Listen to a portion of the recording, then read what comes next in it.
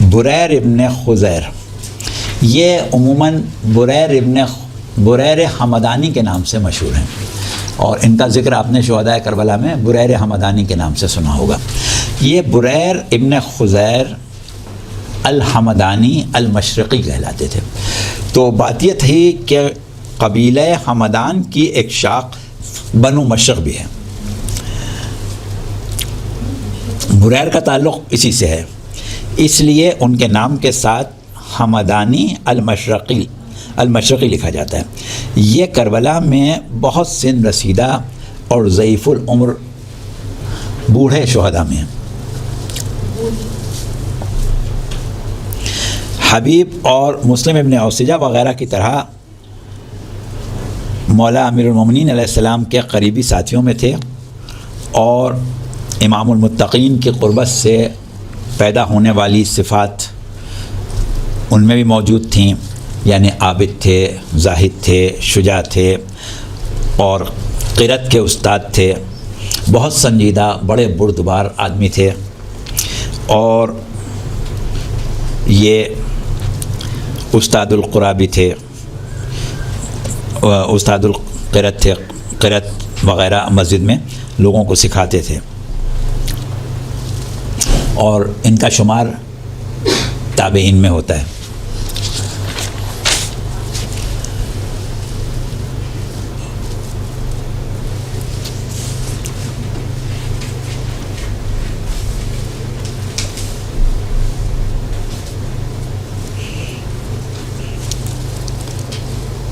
اب دیکھیے ایک چیز اور یہاں پر آپ سن لیں کہ آج کل مسلمان عموماً یہ کہتے ہیں کہ بھئی صحابہ کرام نے یزید کی بیعت کر لی تھی۔ اب ظاہر ہے کہ صحابہ کرام عہد رسالت میں بھی مختلف الخیال لوگ تھے، سب ایک جیسے تو نہیں تھے، اور دوسری چیز یہ کہ ایسی کوئی حدیث، کوئی دلیل، کوئی روایت، کوئی ہمارے پاس شواہد نہیں ہیں کہ عہد رسالت میں تقریباً 50 صحابہ تھے، ان سب نے متفقہ طور کے اوپر یہ طے کیا ہو کہ ہم یزید کے ساتھ ہیں اور فرزند رسول کے مخالف ہیں۔ ایسا کچھ بھی نہیں ہوا تھا۔ کچھ صحابہ رسول اللہ کے امام حسین کے ساتھ بھی تھے، کچھ یزید کے ساتھ بھی تھے، تو ایسی کوئی بات نہیں ہے کہ سب صحابہ ادھر ہی تھے۔ یہ ایک غلط تاثر دیا جاتا ہے، بلکہ ایک بات ہم نے کہیں پڑھی تھی کہ ہمارے ملک کے معروف عالم دین مولانا ابوالعلا مودودی صاحب، ان کی محفل میں کسی نے ان سے پوچھا تھا کہ جب صحابہ کرام نے یزید کی بیعت کر لی تو امام حسین کو انکار کرنے کی کیا ضرورت تھی؟ اب اس وقت انہوں نے خدا جانے کس مصلحت سے جواب دیا، کیا سوچ کے جواب دیا، یہ نہیں تردید نہیں کی اس بات کی کہ بھئی سب صحابہ نے کب کر لی تھی۔ انہوں نے یہ بڑا اچھا جواب دیا بہرحال، انہوں نے کہا کہ میں اگر آپ سے یہ پوچھوں کہ جب امام حسین نے بیعت نہیں کی تھی صحابہ نے کیوں کر لی، تو یہی سوال آپ کا بھی ہے۔ تو بہرحال کہنے کا مقصد یہ ہے کہ یہ ایک تاثر ہے کہ صحابہ نے بیعت کر لی تھی، تو صحابہ نے بے شک کی تھی لیکن سب نے نہیں کر لی تھی۔ تو یہ شخص جو ہیں یہ تابعی ہیں۔ اب ہم یہ دیکھتے ہیں جیسا کہ ابھی ہم نے کہا کہ عہد رسالت میں یا صحابہ تھے یا تابعین تھے، اگر ہم یہ مان لیں کہ 2-4 صحابہ بھی امام حسین کے ساتھ تھے اور باقی جو 100-150 تھے وہ سب تابعین تھے جو امام حسین کے ساتھ تھے، اگر کسی شخص کی حمایت میں 3-4 صحابہ ہوں اور 100-150 تابعین ہوں تو مسلمان کبھی بھی اس کے موقف کو باطل نہیں کہیں گے، اس کو حق ہی کہیں گے۔ لیکن کیونکہ یہاں معاملہ امام حسین کا تھا، اس لیے لوگ اتنے اصحاب اور اتنے تابعین کے ساتھ ہونے کے باوجود امام حسین کے معاملات میں شکوک و شبہات پیدا کرتے ہیں۔ چلیں خیر، یہ تو ایک الگ سے بات آ گئی۔ تو اب ہم بریر حمدانی کے ذکر کی طرف چلتے ہیں کہ جیسا کہ بھی ہم نے آپ کو بتایا کہ یہ امیر المومنین کے اصحاب میں تھے، استاد تھے، سنجیدہ تھے، سن رسیدہ تھے۔ تو جب ان کو معلوم ہوا کہ امام حسین کے قتل کا حکم انکار بیعت کی وجہ سے صادر ہو چکا ہے اور حکومت کی طرف سے مختلف اقدامات ہو رہے ہیں اور امام مکے میں پناہ لیے ہوئے ہیں. تو یہ کوفے سے نکل گئے کیونکہ یہ کوفے میں رہتے تھے اور امام کی خدمت میں مکے پہنچ گئے اور پھر آخر وقت تک امام کا ساتھ انہوں نے نہیں چھوڑا. بعض نے یہ لکھا ہے کہ مکے تک نہیں پہنچے تھے، امام حسین کو راستے میں ہی مل گئے تھے. بہرحال راستے میں ملے یا مکے تک پہنچ کے ملے امام حسین سے، یہ اس وقت مل گئے تھے کہ جب ابھی حر کا لشکر نہیں ملا تھا اور یہ مستقل امام کے ساتھ رہے.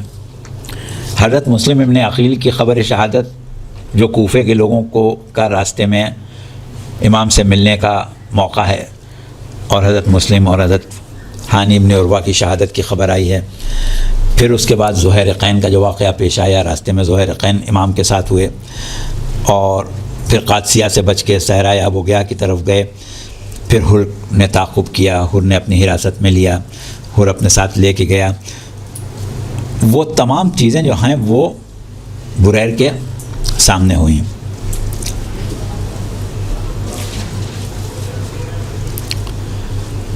اور وہ جب زہیر نے امام سے کہا تھا کہ ہم آپ کا ساتھ نہیں چھوڑیں گے تو اس وقت بریر نے بھی اپنے جذبات کا اظہار کیا تھا، نافع ابن ہلال نے بھی اپنے جذبات کا اظہار کیا تھا، خزیر نے بھی کیا تھا. تو یہ سب چیزیں بریر ابن خزیر نے، نافع ابن ہلال نے، زہیرقین نے، سب نے امام سے وفاداری کا عہد اس موقع پر کیا تھا. تو اور اس وقت بریر نے بھی کہا تھا کہ خدا کی قسم ہم لوگ اس اعزاز پر بہت خوش ہیں اور راضی ہیں. آپ یعنی امام بار بار کہتے تھے کہ تم لوگ کیوں میرے ساتھ مصیبت میں پڑو گے، تم لوگ کیوں میرے ساتھ مصیبت میں پڑو گے. تو انہوں نے کہا کہ مصیبت یہ تو بہت بڑا اعزاز ہے اور ہم کوئی پریشان ہو کے آپ کے ساتھ نہیں جا رہے ہیں، ہم بہت خوشی سے جا رہے ہیں. اور ہم یہ سمجھتے ہیں کہ ہمیں اللہ کا شکر ادا کرنا چاہیے کہ اس نے ہمیں یہ توفیق دی ہے. اور ہم یہ چاہتے ہیں کہ ہمارے جسم کے اعضاء و جوارے کاٹے جائیں اور ہمیں قتل کیا جائے اور ہم آپ کے نانا کی شفاعت کے مستحق بن جائیں. تو اس وقت یہ سب باتیں بریر ابن خزیر حمدانی نے بھی کی اور یہ جملے جو ہیں یہ انہی کے ہیں. تو اب روز عاشور یہ اپنے قتل کے انتظار میں اور شہادت کے یقینی ہو جانے کے بعد بہت خوش تھے. ان کی خوشی کا خاص طور سے ذکر کیا گیا ہے. امام حسین کے ساتھ شہید ہونے والوں میں ایک شخص ہیں عبد الرحمن ابن عبد الرب انصاری. ان کی شہادت کا ذکر ہم بعد میں کریں گے کہ رسول اللہ کے جو اصحاب انصار میں تھے ان میں سے تھے یہ. تو انہوں نے اس وقت بریر کے ساتھ تھے تو بریر نے ان سے کچھ مذاق کیا تو اس پر عبد الرحمن ابن عبد الرب نے کہا کہ بریر یہ تم اس وقت کیوں مذاق کر رہے ہو.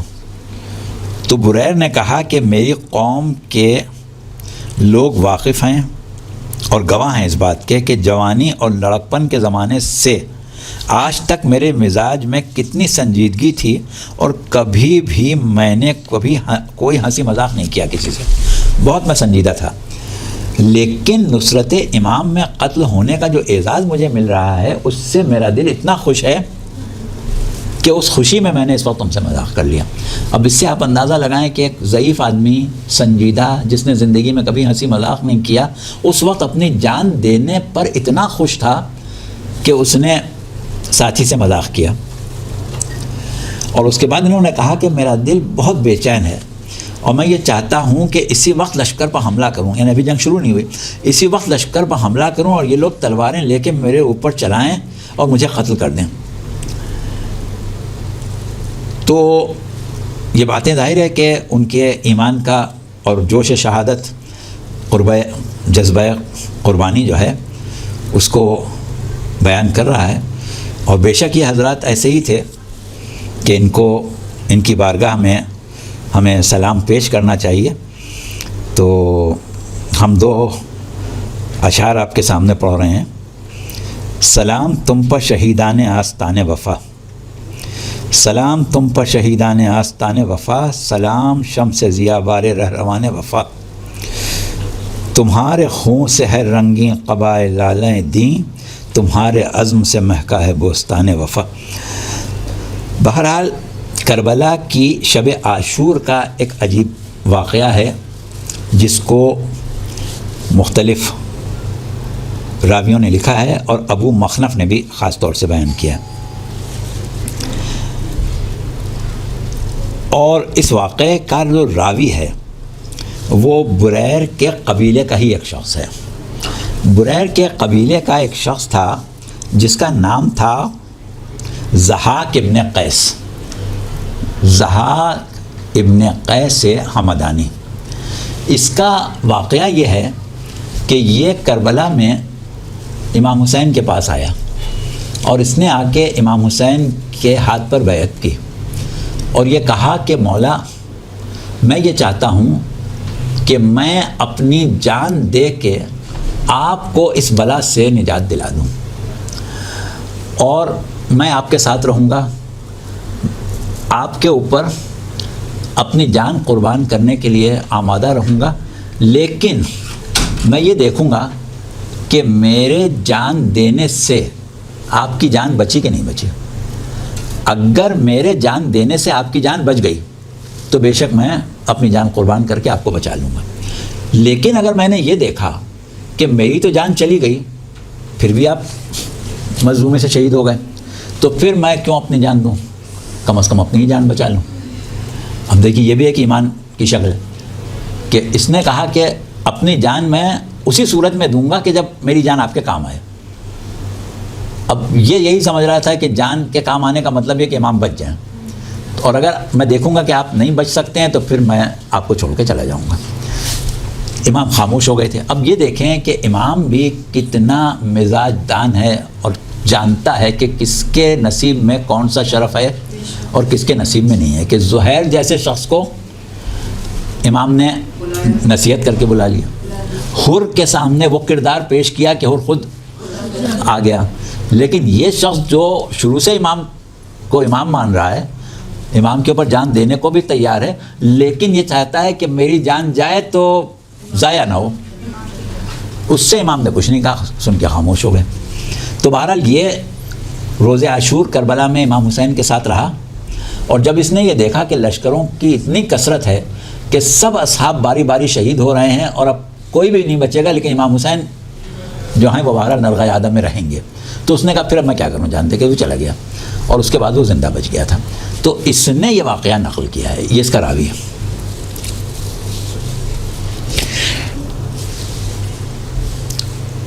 یہ ضحاک ابن قیس کربلا میں امام کی خدمت میں حاضر ہوا اور اس نے یہ گفتگو کی، یہ ہم نے آپ کو بتا دیا۔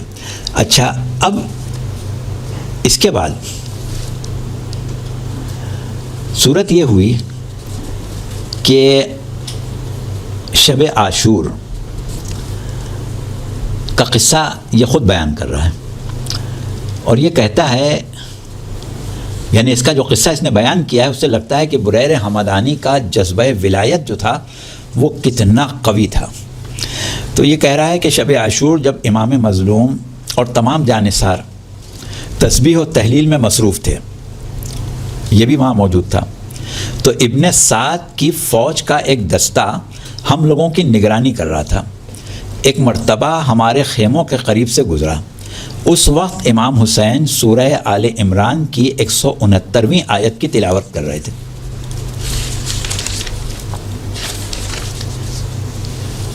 اور وہ آیت جو ہے سورہ آل عمران کی 169ویں آیت ہے، آپ جا کے گھر پر پڑھ بھی لیجئے گا۔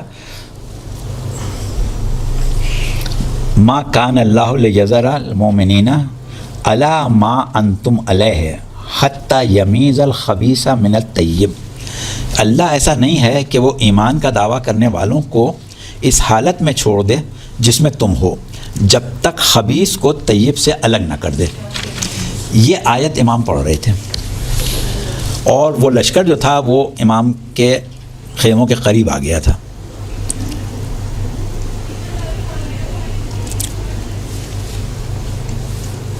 اس وقت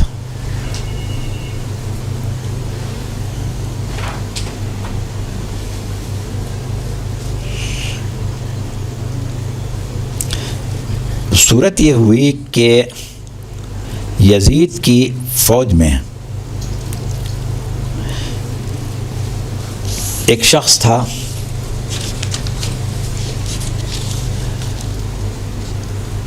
کہ جس کا نام ہے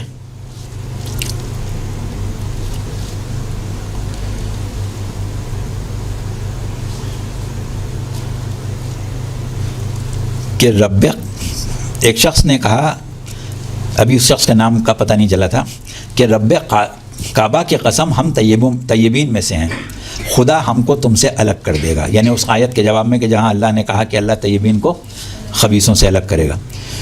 تو اب ضحاک کہتا ہے کہ میں نے اس کو پہچان لیا، اور میں نے بریر سے پوچھا کہ تم نے اس بدبخت کو پہچانا؟ تو بریر نے کہا کہ نہیں، میں نے اس کو نہیں پہچانا.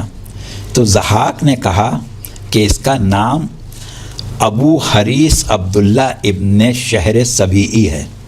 یہ بہت بدمعاش، بہت مسخرہ، بہت بذات آدمی ہے، اور یہ وہی شخص ہے جس کو سعید ابن قیس حمدانی نے، یہ ان کے قبیلے کے شخص تھے، امیر المومنین کے بہت ہی چاہنے والوں میں، کہ انہوں نے اس کو قید کر لیا تھا. اور ان کی وفات جنگ صفین میں یا جنگ صفین کے بعد کسی وقت ہو گئی تھی. تو یہ سن کے بریر نے کہا کہ ہاں یاد آیا، میں نے اب پہچان لیا.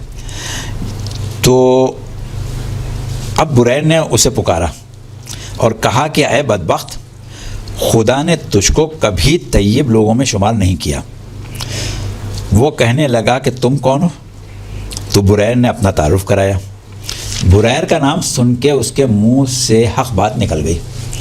کہنے لگا کہ ہاں بے شک تم سچ کہتے ہو، میں ہلاک ہو گیا ہوں. بریر نے کہا کہ جب تو حق کو پہچان گیا ہے تو توبہ کیوں نہیں کرتا؟ قسم بخدا کہ آیت میں طیب سے مراد ہم ہیں اور خبیث سے مراد تم سب ہو. اب اس نے دوبارہ یہی کہا کہ مجھے یقین ہے اور میں اس کی تصدیق بھی کرتا ہوں. اب بریر نے نصیحت کی کہ جب تو حق کو پہچانتا ہے اور حق تیرے اوپر کھل کے سامنے آ چکا ہے تو اس لشکر کو چھوڑ اور ہماری طرف آ جا. لیکن وہ راضی نہیں ہوا. تو بریر نے کہا کہ تو بڑا احمق ہے کہ جانتے بوجھتے اپنے آپ کو ہلاکت میں ڈالتا ہے. اب یہ پورا واقعہ وہ ہے جو ضحاک ابن قیس نے بیان کیا ہے، جس سے بریر کی قوت ایمان کا بخوبی اندازہ ہوتا ہے.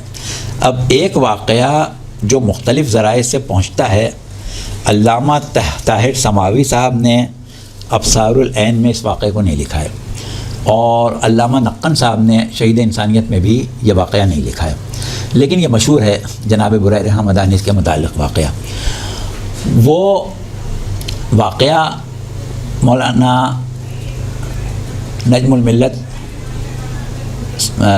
علامہ نجم الحسن قراروی صاحب نے لکھا ہے، اور وہ واقعہ یہ ہے کہ 8ویں یا 9ویں محرم کو جب خاندان رسالت کے بچے بے انتہا پیاس سے بلکنے لگے تھے تو اصحاب نے کوشش کی تھی کہ کسی طرح ان کی پیاس بجھانے کے لیے کنویں کھودیں. بہت سے کنویں کھودے گئے لیکن پانی نہیں نکلا. بعض کہتے ہیں کہ بعض کنویں میں نکلا لیکن اتنا کھاری تھا کہ وہ پینے کے قابل نہیں تھا. بعض کہتے ہیں کہ نہیں نکلا ہی نہیں تھا. تو اس قسم کے واقعات پیش آئے کہ اصحاب بہت رنجیدہ تھے اس بات سے کہ ہمارے ہوتے ہوئے اہل بیت کے گھرانے کے بچے پیاسے ہیں. تو جناب بریر نے کچھ لوگوں کو جمع کیا اور کہا کہ ہم امام کے چاہنے والے ہیں، ہمارے ہوتے ہوئے امام کے بچے پیاسے ہیں، تو کیا ہم کسی طرح امام کے ہاں پانی نہیں پہنچا دیں خیموں میں. تو لہٰذا کچھ لوگ راضی ہوئے اور بریر حمدانی کچھ مشقیں لے کے کچھ لوگوں کے ساتھ دریا پر پہنچے، اور وہاں جانے کے بعد فوج سے ان کا مقابلہ ہوا. بہت سخت جنگ ہوئی، اور جنگ کے بعد کچھ چھوٹی مشقیں، مشکیزہ جسے کہتے ہیں، بھرنے میں یہ لوگ کامیاب ہوئے. اور جب کامیاب ہوئے تو انہوں نے ان کے اوپر حملہ کر دیا. یہ چاہتے تھے کہ مشقیں خیام امام حسین تک پہنچا دیں. اس حملے میں کچھ مشقیں بھی ضائع ہو گئیں اور ان لوگوں کو اتنے تیر لگے کہ یہ بہت زخمی ہو گئے. اور اس زخمی حالت میں بریر ایک مشکیزہ لے کے کسی طریقے سے خیام امام حسین تک پہنچ گئے. اور وہاں جا کے انہوں نے اہل حرم کے خیمے میں، تو ظاہر ہے یہ نہیں جا سکتے تھے، خیمے کے باہر وہ مشکیزہ رکھا اور آواز دی کہ بچوں پانی پی لو. تو اب 100 سے زیادہ بچے تھے اور چھوٹی سی ایک مشق تھی.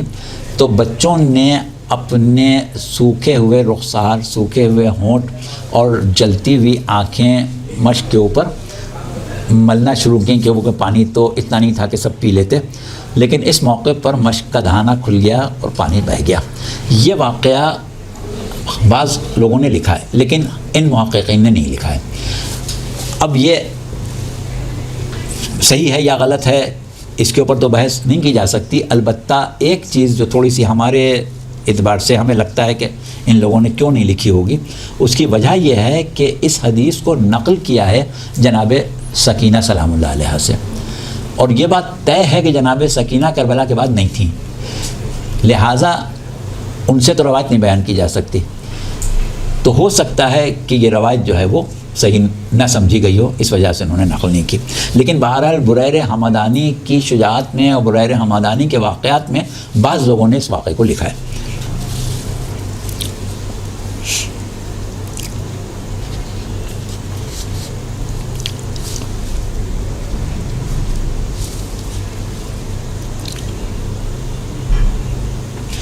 اچھا، اب جو واقعات دیگر محققین نے لکھے ہیں جنہوں نے یہ واقعہ نہیں لکھا، انہوں نے یہ لکھا ہے کہ جب خاندان رسالت اور اصحاب رسول، خاندان رسالت اور اصحاب باوفا پر پیاس کا غلبہ بہت بڑھ گیا، کم سن بچے پیاس سے بلبلانے لگے، تو اس وقت بریر نے امام سے عرض کی کہ مولا اگر آپ اجازت دیں تو میں نہر کے پہرے داروں کو نصیحت کروں. یہ طاہر سماوی نے بھی لکھا ہے کہ میں نہر کے پہرے داروں کو نصیحت کروں اور خوف خدا دلاؤں کہ کسی طرح کچھ مقدار پانی کی دینے پر انہیں راضی کرنے کی کوشش کر لوں اور یہ شاید مان جائیں. تو امام نے ان کو اجازت دے دی تھی. تو بریر ابن سعد کے لشکر کے قریب گئے تھے اور کہا تھا کہ اے گروہ مردم، خدا بند عالم نے محمد مصطفیٰ صلی اللہ علیہ وآلہ وسلم کو حق کے ساتھ بشیر و نذیر بنا کے اپنی طرف دعوت دینے والے کی حیثیت سے بھیجا اور ہدایت کا روشن چراغ بنایا. اے لوگو، یہ پانی بہہ رہا ہے، سور اور کتے اس میں لوٹتے ہیں اور اس کو پیتے ہیں، اور نواسۂ رسول پر تم نے پانی بند کیا ہے، کیا کار رسالت کا یہی اجر ہے؟ لیکن لشکر والوں نے کچھ بھی سننے سے انکار کیا. تو امام نے بریر سے کہا کہ بس اب واپس آ جاؤ، اور پھر اس کے بعد آپ نے خود ایک خطبہ دیا. اور ابو مخنف نے عفیف ابن زبیر سے روایت کی ہے کہ قبیلہ بنی امیرہ کا ایک شخص یزید ابن محقل تھا، لشکر ابن سعد سے باہر نکلا اور بریر کو آواز دی کہ اے بریر، اپنی حالت تو دیکھو، خدا نے تمہارے ساتھ کیا کیا ہے. تو بریر نے کہا کہ خدا نے میرے ساتھ ہر طرح کی اچھائی کی ہے، ہاں برا تو تیرا ہوا ہے. تو اس نے کہا کہ تم غلط کہتے ہو اور جھوٹ بولتے ہو، جبکہ پہلے جھوٹ بولنے کی عادت تم کو نہیں تھی. اس کے بعد اس نے بریر کو ایک بات یاد دلائی اور کہنے لگا کہ ایک دن تمہیں یاد ہے کہ ہم لوگ ساتھ چل رہے تھے اور تم عثمان کو برا بھلا کہہ رہے تھے اور معاویہ ابن ابی سفیان کو گمراہ اور بھٹکا ہوا یا جو بھی الفاظ تھے تمہارے پاس تم کہہ رہے تھے، اور علی ابن ابی طالب کے فضائل اور ان کی حقانیت کی گواہی دے رہے تھے. تو بریر نے کہا کہ یہ کون سی بات ہے؟ تو آج بھی میرا عقیدہ یہی ہے. تو اس پر اس نے کہا کہ ایسا کرو کہ ہم دونوں مقابلہ کرتے ہیں اور مقابلے سے پہلے ایک قسم کا مباہلہ ہو جائے. میں بھی بارگاہ خداوندی میں دعا کرتا ہوں کہ اگر میں حق پر ہوں تو مجھے کامیابی دے، اور تم حق پر ہو تو تم کو کامیابی دے. تو بریر نے کہا کہ بے شک کوئی مسئلہ نہیں ہے. بریر نے آسمان کی طرف ہاتھ اٹھائے اور کہا کہ پروردگار، اگر ہم حق پر ہیں تو ہماری مدد کرنا. اور اس نے بھی یہی بات جو بریر نے کہی تھی وہ کی، اور اس کے بعد دونوں میں مقابلہ شروع ہوا. اب جب مقابلہ شروع ہوا تو اس نے پہلا حملہ کیا، لیکن بریر نے اس کو خالی کر دیا، یعنی روک لیا. اور اس کے بعد پلٹ کے جو اس کے اوپر وار کیا تو وہ اس کے سر پر جو آہنی خود تھا اس کو کاٹ کے تلوار اس کے کاسے سر میں پھنس گئی. اس کو بریر نے ہلا کے نکالا. اب جب اس کا کام تمام ہوا تو بریر نے رجس کا ایک شعر پڑھا کہ میں بریر ابن خزیر ہوں اور تمام خوبیاں جو ہیں وہ میرے ہی لیے ہیں.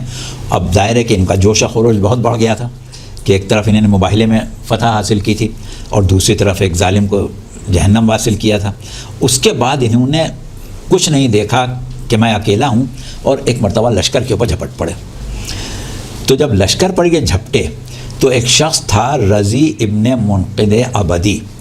اس نے بریر کو روکنا چاہا لیکن بریر نے اسے ہاتھوں سے پکڑ کے اٹھایا اور زمین پر پٹخ دیا اور اس کے سینے پر سوار ہو گئے. اب بریر تو اکیلے تھے. ادھر سے کوب ابن جابر ازدی نے بریر پر حملہ کیا اور قتل کرنے لگا. عفیف ابن زبیر نامی ایک شخص فوج میں موجود تھا. اس نے کوب سے کہا کہ اے بدبخت، یہ وہی بریر ہیں جو مسجد میں ہم کو قرآن پڑھاتے ہیں. لیکن بریر جو تھے وہ ابھی رضی ابن منقد کا مقابلہ کر رہے تھے. تو کوب نے ان کی پشت پر پوری طاقت سے نیزہ مارا جو ان کی پیٹھ میں پیوست ہو گیا. جب بریر نے نیزہ نکالنے کی کوشش کی تو نیزہ ٹوٹ گیا اور پھل جسم کے اندر رہ گیا. پھر بھی بریر نے رضی کو نہیں چھوڑا اور اس کی ناک کاٹ دی. اب ابو مخنف نے اپنی تاریخ میں اس پورے واقعے کو نقل کیا ہے اور کہا ہے کہ بریر نے جو اس شخص کی ناک کاٹی تھی وہ اپنے دانتوں سے کاٹی تھی. بہرحال دانت سے کاٹی یا کسی اور طریقے سے کاٹی لیکن اس کی ناک کاٹ دی تھی. اور واقعہ کربلا کے بعد وہ زندہ رہا تھا. جب اپنے گھر میں گیا تھا تو اس کی بہن نے اس پر بہت لعنت ملامت کی تھی. تو وہ تو خیر اس کا واقعہ ہے، اس کو ہم چھوڑے دیتے ہیں. لیکن ہوا یہ کہ یہ پھر بھی لڑتے رہے لیکن اب ان کے ہاتھ میں کوئی اسلحہ نہیں تھا اور شاید اسی وجہ سے ابو مخنف نے لکھا ہو کہ دانت سے ناک کاٹی، کیونکہ ان کے پاس اب کوئی اسلحہ باقی نہیں تھا. تو اس وقت کوب کے پاس اسلحہ تھا، تلواریں تھیں. تو اس نے یہ کیا کہ جب دیکھا کہ یہ نہتے ہیں تو اس نے ان کے اوپر تلواروں سے وار کرنا شروع کیا اور یہ نہیں دیکھا کہ قتل ہو گئے کہ نہیں ہوئے، زخمی ہوئے کہ نہیں ہوئے. تلواروں پر تلواریں مارتا رہا کہ یہ ان کے ہاتھ میں کچھ نہیں. تو ظاہر ہے کہ اتنی تلواریں ماری اس نے کہ یہ شہید ہو گئے. لیکن اتنی تلواروں کے لگنے کے بعد ان کے جسم کا کیا حال ہوا ہوگا، کیا صورتحال پیدا ہوئی ہو، اس کے بارے میں ابو مخنف نے نہیں لکھا ہے. لیکن ان کی شہادت جو ہے وہ اس طرح واقع ہوئی کہ کوب نے ان کو نہتے ہونے کے بعد بار بار تلواریں ماریں اور ان کو شہید کر دیا. تو یہ ہے واقعہ شہادت حضرت بریر حمدانی. اور بریر حمدانی کا پورا قصہ، پورا واقعہ اور ان کی پوری تاریخ ہم نے آپ کو بیان کر دی. اب یہ ہے کہ انشاءاللہ اگلے ہفتے جیسا بھی پروردگار عالم نے موقع دیا تو ہم آپ سے کچھ اور شہداء کا تذکرہ کریں گے، جس میں جناب حر کا ذرا تفصیل سے کریں گے اور باقی شہداء کا تھوڑا مختصر کریں گے.